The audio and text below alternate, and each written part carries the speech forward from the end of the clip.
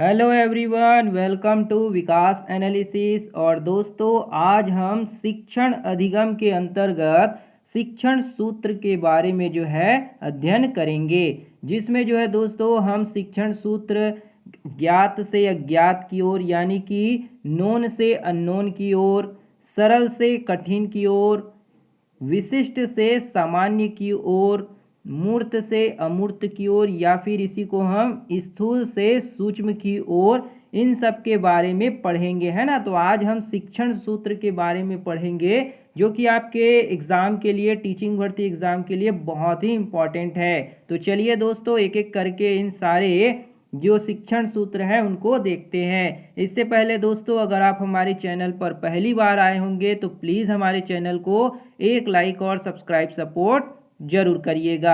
चलिए दोस्तों, एक एक करके इन सभी शिक्षण सूत्र के बारे में चर्चा करते हैं।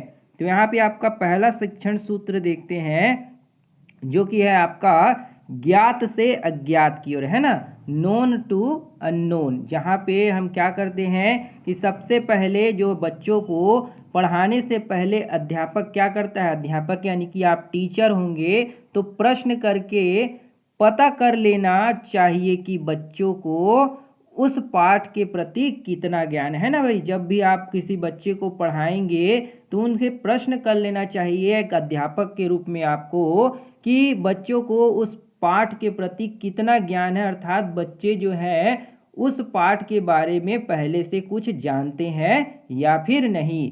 पता करने के बाद जो है अध्यापक को कक्षा का स्तर का पता चल जाता है ना। जैसे आप उनसे प्रश्न करेंगे, बच्चों से, छोटे छोटे बच्चों से जो आप प्रश्न करते हैं, तो क्या है, आपको प्रश्न उस पाठ से रिलेटेड जो है आपको ये समझ में आ जाता है कि बच्चे जो है किस लेवल तक के हैं, उनको किस तरह से पढ़ाना चाहिए, है ना। उसको किस तरीके से आप आगे पढ़ाएंगे जिससे बच्चों को आसानी से समझ आ पाए, तो उनकी कक्षा के स्तर के लेवल जो है आपको क्या है, पता चल जाता है।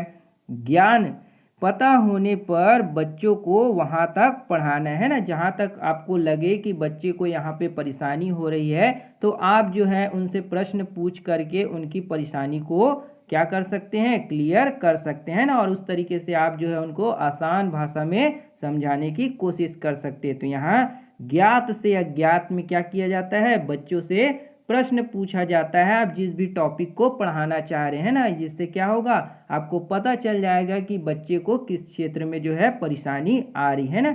जो बच्चे नहीं जानते होंगे वो आप उसको आसानी से बता पाएंगे। तो ये आपका ज्ञात से अज्ञात की ओर, जिसे हम नोन टू अननोन कहते हैं। अगला शिक्षण सूत्र देखते हैं। अगला शिक्षण सूत्र है आपका सरल से कठिन की ओर, है ना, सरल से कठिन की ओर, जिसे हम इजी टू कॉम्प्लेक्स भी कहते हैं। इसमें क्या किया जाता है कि जो टीचर होता है वो बच्चों को पहले क्या है, सरल चीज़ें जो है वो प्रस्तुत करनी चाहिए, है ना। बच्चों को क्या है, छोटी छोटी और सरल, जिससे आसानी से उनको समझ आ जाए, इस तरह से कंटेंट जो है बच्चों को पहले क्या करनी चाहिए, देनी चाहिए। उसके बाद उससे थोड़ा ऊपर, है ना भाई, उसके लेवल को क्या है, थोड़ा थोड़ा आपको बढ़ाना है, तथा बिल्कुल अंत में मुश्किल रचनाएं प्रस्तुत करनी चाहिए, है ना। एक लेवल वाइज क्या है, आपको बच्चे को प्रश्न या फिर किसी भी रचना को आपको प्रस्तुत करनी चाहिए, जिससे क्या है उनका डेवलप जो है धीरे धीरे जल्दी से हो सके। क्योंकि अगर अध्यापक शुरू में कठिन रचनाएं प्रस्तुत करते हैं तो बच्चों का विश्वास डगमगा जाता है ना भाई। आप शुरू में ही कोई कठिन सवाल अगर बच्चों को पूछ देंगे तो ऐसे में बच्चे क्या है, हिचकिचाने लग जाते हैं, और जो है शायद वो उस प्रश्न का जवाब भी नहीं दे पाते जिन प्रश्न का वो आंसर जानते हैं। तो इसलिए क्या है, बच्चों को सबसे पहले सरल रचनाएं जो है यानी कि सरल शब्दों में प्रश्न पूछने चाहिए, उसके बाद उसके लेवल को आगे बढ़ाना चाहिए। तो इस तरह से आप क्या है, सरल से कठिन की ओर बढ़ सकते हैं। अगला जो शिक्षण सूत्र है आपका विशिष्ट से सामान्य की ओर, है ना, स्पेसिफिक टू जनरल, विशिष्ट से सामान्य की ओर। इसके अंतर्गत क्या किया जाता है, इसमें जो टीचर होता है, अध्यापक को सबसे पहले पाठ का विशिष्ट रूप प्रस्तुत करना चाहिए ना, उसका स्पेसिफिक फॉर्म जो है क्या करना चाहिए, प्रस्तुत करना चाहिए। उसके बाद जो है उसका सामान्य रूप प्रस्तुत किया जाना चाहिए। तो विशिष्ट से सामान्य की ओर यानी कि स्पेसिफिक टू जनरल में जो टीचर होते हैं उनको सबसे पहले किसी भी पार्ट का, है ना, कोई चैप्टर है उसका स्पेसिफिक फॉर्म जो है प्रस्तुत करना चाहिए, है ना, और उसके बाद क्या है उसके जनरल रूप में उसे प्रस्तुत करना चाहिए बच्चों को, ताकि उनको आसानी से समझ आए और उनको समझने में मदद मिल सके, क्योंकि बच्चे विशिष्ट रूप पर ज़्यादा ध्यान देते हैं ना। तो इस पॉइंट को आप याद रखिएगा कि बच्चे जो होते हैं विशिष्ट रूप पर ज़्यादा ध्यान देते हैं। तो विशिष्ट से सामान्य की ओर आपको समझ आ गया होगा। अगला जो है शिक्षण सूत्र वो है आपका यहाँ पे मूर्त से अमूर्त की ओर, है ना, मूर्त से अमूर्त की ओर या फिर स्थूल से सूक्ष्म की ओर, इसे हम कॉन्क्रीट टू एब्स्ट्रैक्ट रूप भी कह सकते हैं ना। इसमें क्या किया जाता है कि जो बच्चे होते हैं ना उनको पहले अपने सामने रखी हुई वस्तुओं पर ध्यान केंद्रित करता है ना। जो बच्चों के सामने अगर आप बच्चों को कोई भी कॉन्क्रीट रूप में या फिर आप उसको ठोस रूप में कोई चीज़ दिखाते हैं तो बच्चे क्या है उस चीज़ को जल्दी देखकर क्या करते हैं, एब्जॉर्ब करते हैं, उस पर केंद्रित करते हैं अपने ध्यान को और जल्दी से उसको क्या करने लगते हैं, सीखने लगते हैं। उसके बाद उनको हटाने पर भी ध्यान केंद्रित कर सकता है ना, और उसको आप हटा देंगे उस ऑब्जेक्ट को, उस बॉडी को, तो भी क्या करेगा बच्चा उस पर ध्यान केंद्रित कर सकता है। बच्चा उन चीज़ों के ऊपर तार्किक रूप से नहीं सोच सकता जो उसने पहले नहीं देखी हुई, है ना भाई। जब बच्चा किसी चीज़ को पहले से देखा हुआ नहीं है तो उस पर वो कैसे क्या है तार्किक कर सकता है, कोई लॉजिक उस पर नहीं लगा सकता, है ना, कोई सोच नहीं सकता। अर्थात बच्चा जो है किसी कॉन्क्रीट रूप में, है ना, किसी ठोस रूप में जब किसी चीज़ को देखता है तो उसके बारे में उसके मन में क्या है थॉट, सोच जो है आने लगती है ना। और अगर बच्चा उस चीज़ को नहीं देखा है तो उसके बारे में उसके मन में कोई भी विचार नहीं देखने को मिलते हैं ना। अतः पहले बच्चे को वस्तुएं दिखानी चाहिए, है ना भाई। आप छोटे छोटे बच्चों को जब वस्तुएं दिखाती हैं तो वो क्या करते हैं उसको ज़्यादा अच्छे तरीके से दिख पाते हैं ना। जैसे कि आपने देखा होगा कि स्कूल में छोटे छोटे बच्चों को जब आप किसी भी तरह के कोई जैसे खिलौने सिखाते हैं या फिर आप किसी तरह की फुटबॉल हो गई या खेलने की वस्तुएं दिखाते हैं तो बच्चे उनको देख करके जल्दी सीख पाते हैं और उनका नाम जो है जल्दी से सीख पाते हैं ना, क्योंकि उनकी डेली लाइफ से जुड़ा हुआ होता है। बच्चे अपने घर पर आसपास की चीज़ों में खेलते हैं तो उनमें भी इस्तेमाल करते हैं ना। तो इस तरह से बच्चों को क्या है कॉन्क्रीट चीज़ों को दिखा करके यानी कि ठोस वस्तुएं दिखानी चाहिए, जिससे क्या है बच्चे आसानी से उनको सीख सके और उनका नाम जो है याद रख सके, है ना। और उनको हटा देने पर भी क्या है उनका ध्यान जो है केंद्रित करने के लिए बोलना चाहिए। तो मूर्त से अमूर्त की ओर आप समझ गए होंगे कि बच्चों को क्या है वस्तुओं को कॉन्क्रीट रूप में दिखा करके सिखाने की कोशिश करनी चाहिए। अगला जो आपका शिक्षण सूत्र है वो है आपका यहाँ पे पूर्ण से अंश की ओर, है ना, होल टू पार्शियल।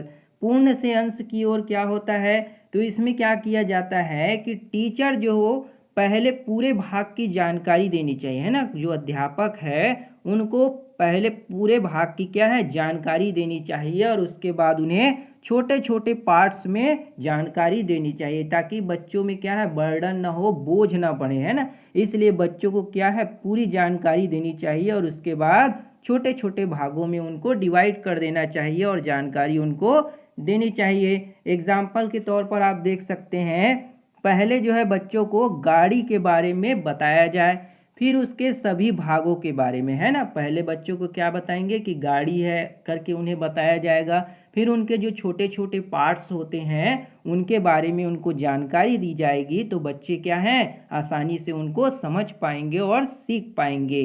तो इसमें क्या होता है पूर्ण से अंश में क्या होता है, इसमें बच्चों को पूरी जानकारी दी जाती है और उनको छोटे छोटे पार्ट्स में डिवाइड करके जानकारी दी जाती है, जिससे वो आसानी से उसको समझ सके, उनको याद रख सके। अगला शिक्षण सूत्र देखते हैं। अगला शिक्षण सूत्र है आपका यहाँ पे अनिश्चितता से निश्चितता की ओर, है ना। अनिश्चितता से निश्चितता यानी कि अनश्योर टू श्योर की ओर। इसमें क्या किया जाता है कि बच्चा जो होता है किसी भी नए संप्रत्यय, है ना, किसी भी नए कॉन्सेप्ट को लेकर हमेशा क्या है, कन्फ्यूज़न में बना रहता है ना, उनको हमेशा कोई ना कोई संशय, भ्रम इस तरीके से जो है उनके मन में घूमते रहती है ना। जब भी आपने देखा होगा कि कई बच्चे ऐसे होते हैं, जब आप उसको कोई नई चीज़ बताते हैं तो वो क्या हो जाते हैं, कन्फ्यूज़न में पड़ जाते हैं, यानी कि उनको किसी भी तरीके की क्या है, कोई परेशानी जो है आने लगती है। ऐसे में क्या है, बच्चों की भ्रांति को है ना, उनके जो कन्फ्यूज़न है उनको ध्यान में रख कर उसको क्या करना चाहिए, ज्ञान देना चाहिए। उनके कन्फ्यूज़न को दूर करने के लिए उन्हें अच्छे से क्या करना चाहिए, समझाना चाहिए, ताकि वह उसके प्रति निश्चित हो सके, यानी कि वह क्या है, श्योर हो सके कि उसने जो सुना है वो सही है, किसी भी तरीके के उसके मन में कोई कन्फ्यूज़न ना रहे, है ना। यानी कि अनिश्चितता से निश्चितता की ओर उन्हें बढ़ाना चाहिए। तो ये पॉइंट आपको समझ आ गया होगा कि अनश्योर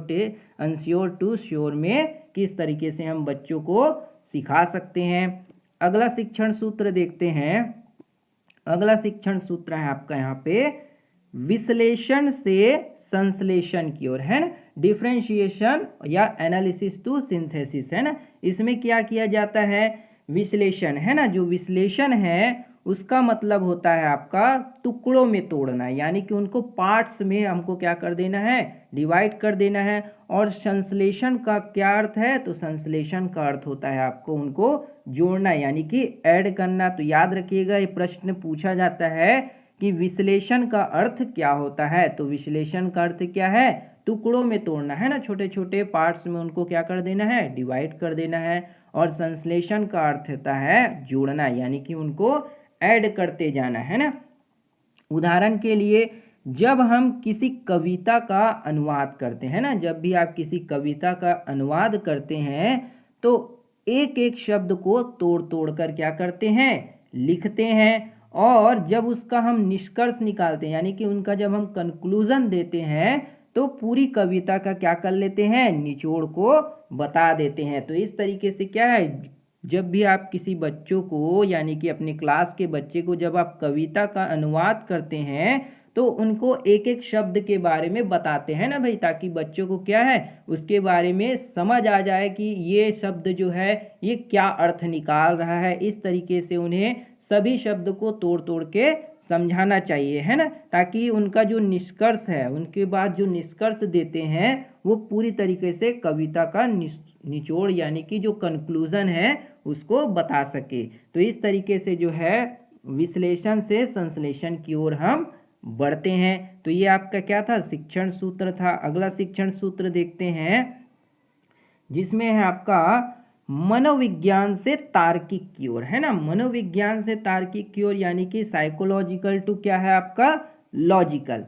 इसमें क्या किया जाता है कि पहले जो है टीचर, है ना, पहले जो अध्यापक को मनोविज्ञान, है ना, मनोविज्ञान तरीके से बच्चों को तैयार करना चाहिए, है ना भाई। बच्चों को क्या है, मनोवैज्ञानिक तरीके से उनको तैयार करना चाहिए, और उनकी जो पढ़ाई है उनको पढ़ाई जानी चाहिए। अगर वह मनोविज्ञान आधार बनाकर पढ़ेगा तो वह रुचि के साथ पढ़ता हुआ तर्क को प्रस्तुत कर सकता है ना भाई। पहले क्या है, अध्यापक को क्या है, उनको साइकोलॉजिकल तरीके से पढ़ाने के लिए क्या करना चाहिए, तैयार करना चाहिए। अर्थात बच्चों को क्या है, उसके प्रति जो भी आप पढ़ा रहे हैं उसके प्रति उनको मोटिवेट करना चाहिए, उनको अच्छी अच्छी बातें बतानी चाहिए, जिससे वो क्या हो, उसके प्रति रुचि लेने के लिए क्या हो, तैयार हो जाए, और जो है उसको बड़े इंटरेस्ट के साथ पढ़े, जिससे उसको पढ़ने में भी मजा आए और वो आसानी से उसको समझ सके। तो इस तरीके से बच्चों में क्या है, मनोविज्ञान से क्या है, तार्किक की ओर जो है पढ़ाना चाहिए। तो ये भी आपका क्या है, एक शिक्षण सूत्र के अंतर्गत आता है। तो ये सभी जो दोस्तों आपके शिक्षण सूत्र हैं जो कि आपके एग्जाम में अक्सर पूछे जाते हैं, तो इन पॉइंट को आप याद रखिएगा। अगर वीडियो बढ़िया लगा हो दोस्तों तो लाइक ज़रूर कर दीजिएगा, और अपने सभी दोस्तों को शेयर और सब्सक्राइब सपोर्ट करने को ज़रूर बोलिएगा, है ना। ये क्या है दोस्तों, आपके सभी एग्ज़ाम के लिए बहुत इंपॉर्टेंट है, क्योंकि ये जो है अक्सर एग्ज़ाम में इससे रिलेटेड प्रश्न पूछे जाते हैं ना। तो मिलते हैं दोस्तों अगली वीडियो में, तब तक के लिए जय हिंद, वंदे मातरम।